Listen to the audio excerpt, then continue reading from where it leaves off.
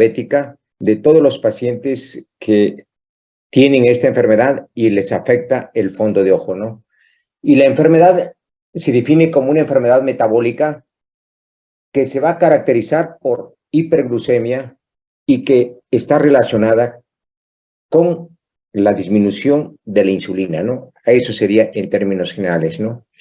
Y esto sería un fondo de ojo normal, donde veo la vena, veo la arteria, la vena es más gruesa que la arteria, veo el nervio óptico, veo el color que es uniforme, a nivel de la mácula, que es la parte más oscura.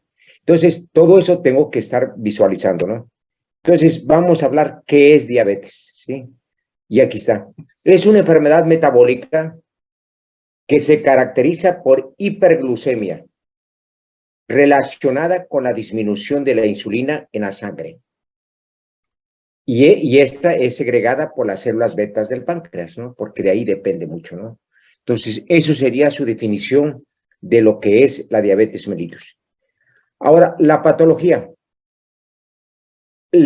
afecta a vasos sanguíneos los más vascularizados. Y entre ellos tenemos el ojo, el riñón, el corazón, el cerebro y los nervios. A eso le gusta mucho.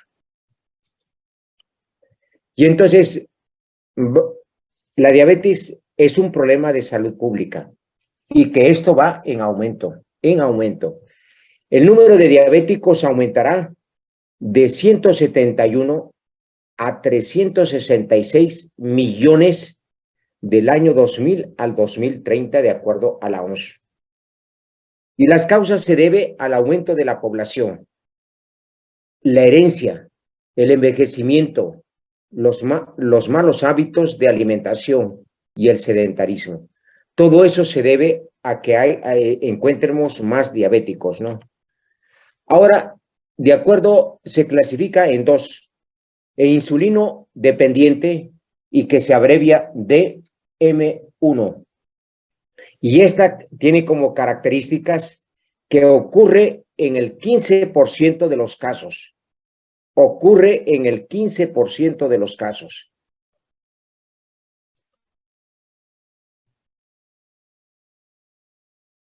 Se inicia antes de los 30 años. Se caracteriza por una deficiencia de insulina absoluta, o sea, no hay, causada por un proceso de tipo autoinmunitario. Esas serían las características de la diabetes tipo 1, DM1, insulino dependiente. Entre las no insulino dependientes encontramos que también se abrevia en DM2. Ocurre en el 85% de los casos. Se inicia a partir de los 40 a 50 años de edad y se caracteriza por una deficiencia relativa de insulina.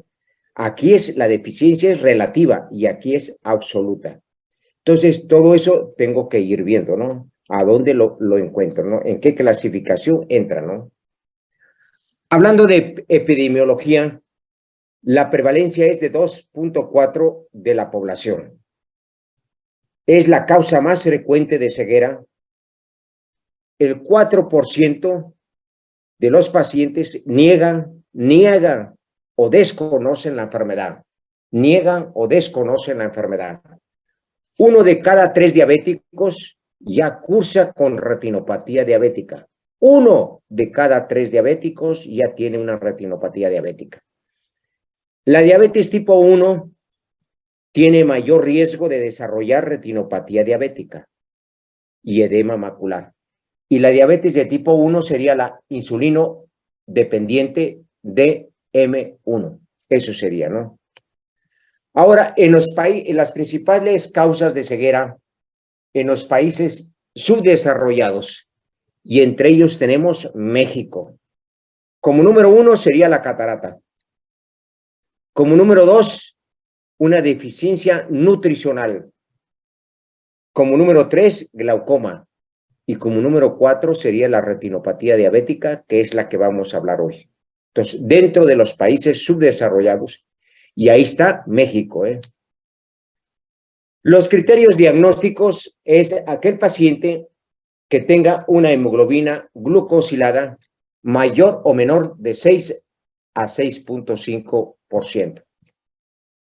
Una glicemia de ayuno mayor o menor de 126 miligramos y que requiere 8 horas después del desayuno. Una glicemia de mayor o menor de 200 miligramos, 2 horas poscarga de 75 gramos de glucosa. Y esta es la prueba de la tolerancia de la glucosa. Pacientes con síntomas clásicos de hiperglicemia y con una glicemia mayor o menor de 200 miligramos. Eso serían criterios diagnósticos. Ahora, los factores de riesgo. 1, la duración de la diabetes, que eso es muy importante, ¿eh? Aunque yo no sepa el fondo de ojo, pero ya con el hecho de que le pregunto cuántos años tiene usted, con eso ya me doy idea, ¿no? El mal control de la diabetes, el embarazo, la hipertensión arterial sistémica es otro factor de riesgo.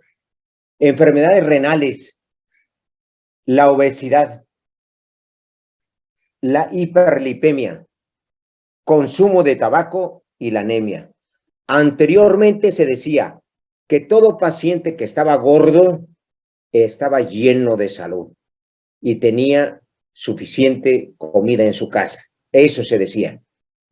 Y a todos los flacos eran tuberculosos, eran y que tenían sida, que no sé qué, le ponían muchos peros. Y ahora se ve que los obesos son una de las causas que es del azúcar, ¿no? Y entonces, complicaciones de los pacientes con diabetes. Entre las agudas tenemos la cetoacidosis, el estado hiperglucémico no cetósico y la cetoacidosis diabética. Eso incluye entre las complicaciones agudas. Entre las complicaciones crónicas tenemos la nefropatía, que afecta al riñón, la neuropatía, que va a afectar a los nervios, y la retinopatía, que va a afectar a la retina, ¿no? Y entonces, en un artículo que yo saqué, se menciona que los pacientes que están tomando o aplicándose insulina, todo paciente que está poniéndose insulina tiene una prevalencia de una retinopatía diabética de un 64%, fíjense. Todos los pacientes que están tomando hipoglucemiantes tienen una prevalencia de retinopatía diabética un 36%. Pacientes que llevan a dieta, la prevalencia es del 12%. Entonces, pero uno regaña al paciente, es que usted no lleva la dieta. Hay que analizarlo, ¿no? Que a pesar de que lleven su dieta, tiene una prevalencia del 12%. A pesar de que lleve sus tratamientos a través de pastillas, un 36%. Y aquí dice, con la insulina, un 64%. Eso hay que ir viéndolo, ¿no? Ahora, los valores de la glicemia, pues deben ser entre mayor o menor de 200, ¿no? Y una hemoglobina glucosilada. Ahora, ¿qué voy a hacer yo para controlar a estos pacientes? Yo tengo que saber si es una diabetes de tipo juvenil o del adulto. Y en la diabetes de tipo juvenil pueden ser dos, ¿no? Una que sería la diabetes tipo 1, que lleva un buen control, fíjense, que lleva un buen control, que son insulino dependientes, que se caracteriza por una deficiencia absoluta de insulina. Le tengo que hacer la revisión de fondo de ojo a los 10 años. Y después, cada 6 meses o cada año. Pero si este paciente insulino dependiente tipo 1, que es más mal controlado, le hago la revisión a los 5 años y lo reviso cada 6 meses a cada año. Y en la de tipo 2, que se caracteriza por una deficiencia relativa de insulina, Esta se hace al diagnóstico. En el momento que tú ya estás conociendo que el paciente es diabético, desde ese momento tienes que hacer el fondo de ojo. Y de ahí, cada 6 meses o cada año. Entonces, todos los diabéticos se deben realizar estudios de fondo de ojo anualmente, anualmente. La retinopatía diabética leve o moderada, una revisión entre los 6 a los 12 meses. Si el paciente tiene edema macular, la revisión la tengo que hacer cada 6 meses, porque esta es la que me va a llevar a la causa de la mala visión o causa de ceguera. En la retinopatía diabética severa y muy severa, se le hace la revisión cada 3 meses. Y esto sí, apréndenselo, porque esta es pregunta de examen general. Usted tiene un paciente con diabetes tipo 2, ¿sí? ¿Cuándo haría el estudio de fondo de ojo? Al momento, ¿no? En el momento que lo estoy diagnosticando, ¿no? Si es tipo 1 con buen control, a los 10. Si es de tipo 1 con mal control, a los 5 años. Entonces, todo eso tengo que ver. Ahora, factores que afectan la frecuencia de la retinopatía diabética. ¿Cuáles serían? 1, la duración de la diabetes. 2, la edad del paciente al iniciar su diabetes. Todo eso va a depender. Entonces, yo le tengo que preguntar, ¿cuántos años tiene usted de ser diabético? ¿Sí? ¿Y qué tipo de diabetes es? ¿Sí? Ahora, aquí hay una clasificación, una tabla, que dice que si a mí me dice el paciente, tengo 10 años de tener azúcar, doctor, ¿sí? Pero está bien controlada, porque todavía se dan el lujo, ¿eh? Está bien controlada. Estos pacientes, con el hecho de que me están diciendo que tiene 10 años, ya tiene un 7% de tener retinopatía diabética, fíjense. Si este paciente tiene 10 a 14 años, la posibilidad de tener una retinopatía diabética es de un 20%, ¿sí? Pero él habla de buen control, ¿sí? Tengo 15 años o más de tener azúcar, ya tiene un 35%. Entonces, muchas veces por los años nos damos idea, ¿sí? Y más si no sé ver el fondo de ojo, pues ya le atino, ¿no? Usted tiene 10, entonces ya hay un principio de retinopatía diabética. Tiene 10 a 14 con más razón, 15 con mucho más razón. La retinopatía diabética es una microangiopatía. Afecta principalmente a las arteriolas, a capilares y vénulas retinianas, pero también afecta a grandes vasos. La retinopatía muestra signos de oclusión microvasculares y extravasación, y que llegan hasta la producción de neovascularización. Por eso el paciente termina en la ceguera. Todo paciente diabético va a tener una retinopatía diabética, va a tener glaucoma, va a tener cataratas, va a tener parálisis musculares, ¿sí? Que ellos ven doble. Va a tener una oclusión vascular, que la vamos a ver el próximo sábado, una neuropatía óptica y cambios refractivos. Por eso todos los pacientes que son diabéticos y llegan, quiero que usted me haga una buena graduación de lentes, fíjese, hasta el tono le sacan. Quiero que usted me haga una buena graduación. ¿Sí? Estoy controlado. ¿Cuánto tiene usted de azúcar? Tomo 6 pastillas y tengo 150.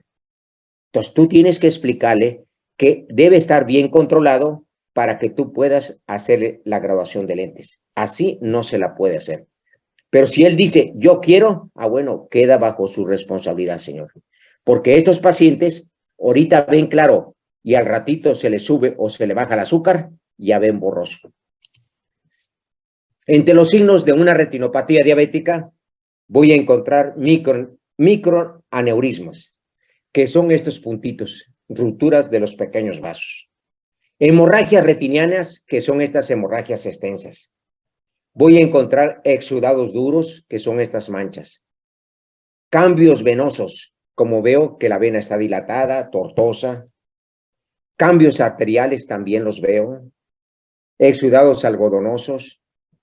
Anomalías microvasculares intrarretinianas, que quiere decir que hay proliferación de vasos sanguíneos. Y por último, edema. Esos son los que voy a encontrar en una exploración. Y entonces aquí vemos una retina normal, mire, sana. Aquí ya veo la presencia de unos puntitos rojos, que quiere decir aneurismas, y veo unas hemorragias y veo exudados. Aquí la veo más extensa, los exudados, ¿sí?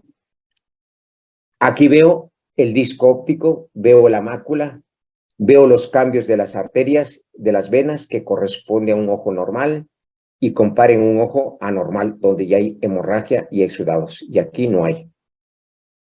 Ahora, ¿qué es un exudado duro? ¿Sí? Son depósitos de lipoproteína,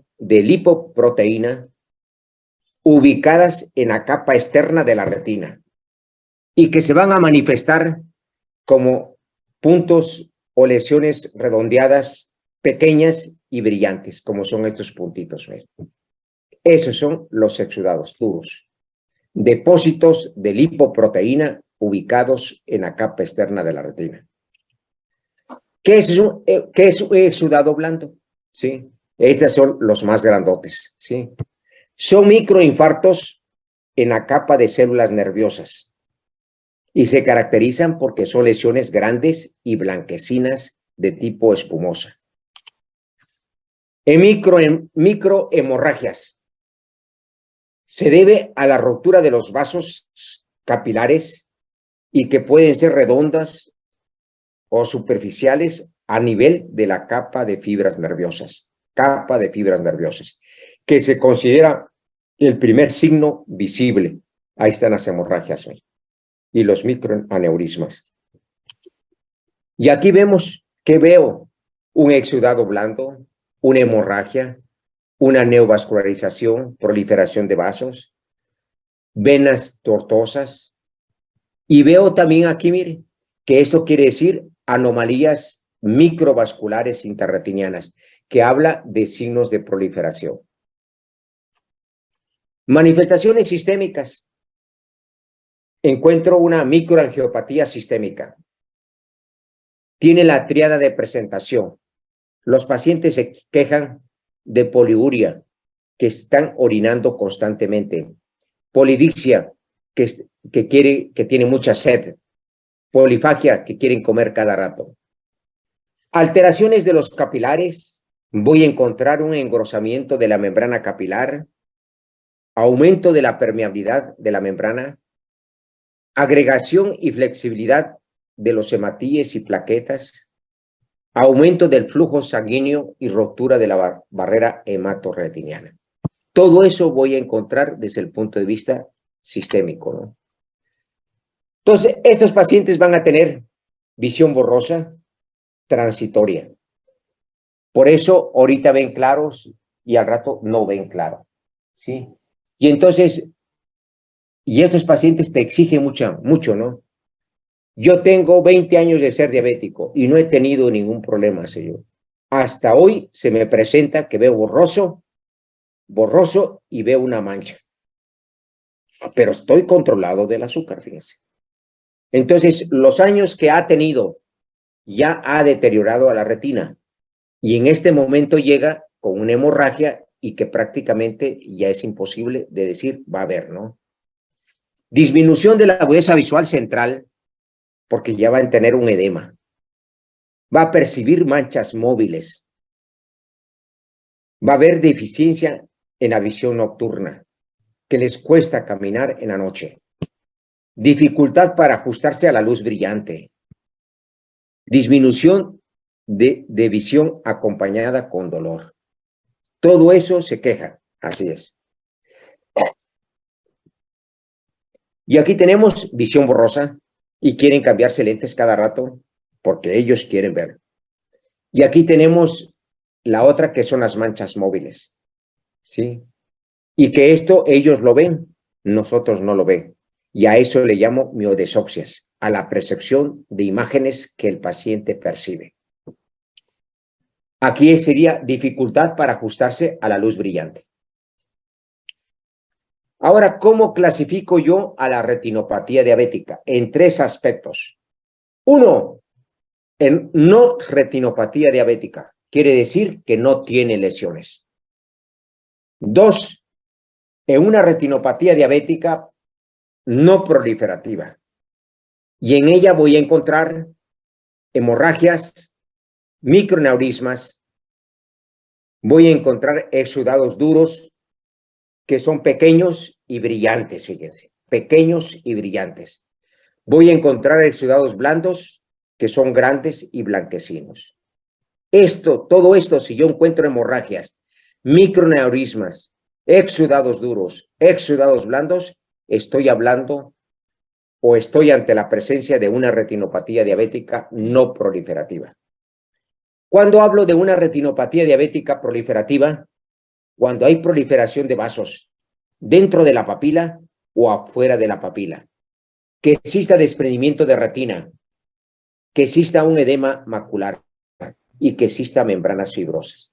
Entonces, estos son los datos que debo encontrar para pensar en una retinopatía diabética proliferativa. Entonces, esto sería un fondo de ojo normal. Entonces, él es diabético, pero tiene un fondo de ojo normal. Entonces, sería una retinopatía no retinopatía diabética.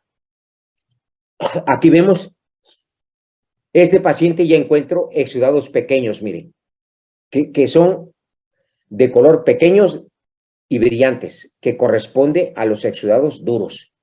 Encuentro microneurismas, encuentro hemorragias, y aquí hay un exudado grande, que quiere decir grande y blanquecino, exudado blando, y un edema de la retina.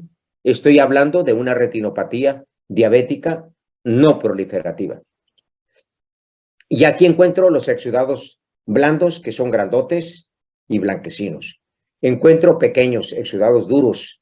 Encuentro edema de la retina, hemorragias superficiales y hemorragias putiformes, ¿no? Entonces, estoy hablando de una retinopatía diabética no proliferativa. Y aquí encuentro, vean, el aspecto de la vena tiene un aspecto arrosariamiento, dice, ¿no? Arrosariamiento. Y esto se define como son aquellas vénulas de calibre irregular con estrechamientos y sobre todo esos estrechamientos son focales, miren. Si ustedes ven la vena aquí, hay un estrechamiento, aquí hay otro. Por eso se llama arrosariamiento venoso. Y aquí tenemos el otro signo, ¿sí? Que ya hay proliferación de vasos, ¿no? Que ya me está indicando de una retinopatía diabética no proliferativa. Y aquí lo vemos, miren, los exudados duros, que es un acúmulo, hay hemorragias, tenemos el signo de arrosariamiento venoso. Y ahora vemos en este dibujo, vemos una hemorragia, vemos hemorragias, vemos exudados. Esto sería blando, ¿eh? Aquí está equivocado, ¿eh? Veo aneurismas y eso sería lo que yo veo, ¿sí? Ahora yo encuentro aquí un edema totalmente de la retina, acúmulo de exudados pequeños y brillantes que están acumulados, hay hemorragias extensas, ¿sí? Muchísimas. Aquí vemos otro, acúmulo de exudados duros, hemorragias y edema de la retina. Corresponde a una retinopatía diabética no proliferativa. Otro, aquí tenemos exudados blandos, hemorragias. Y aquí vemos, miren, si se ve muy claramente, aquí ya hay datos de proliferación de vasos sanguíneos, ¿sí?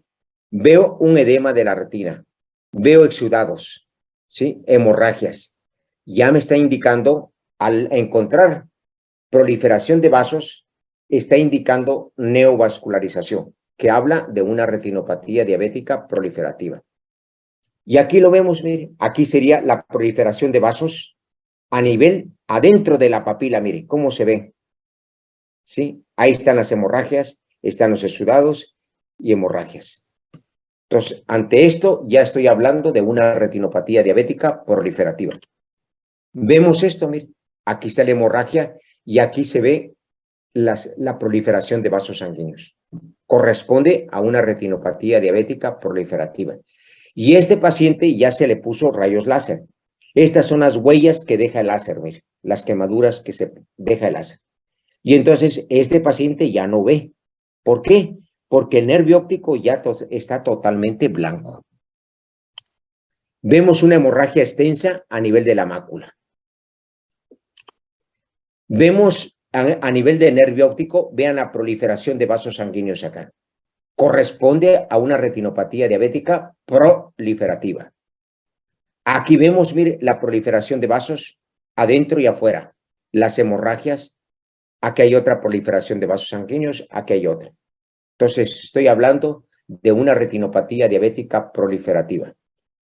Aquí veo un extenso edema a nivel de toda la retina, veo hemorragias y veo exudados, ¿sí?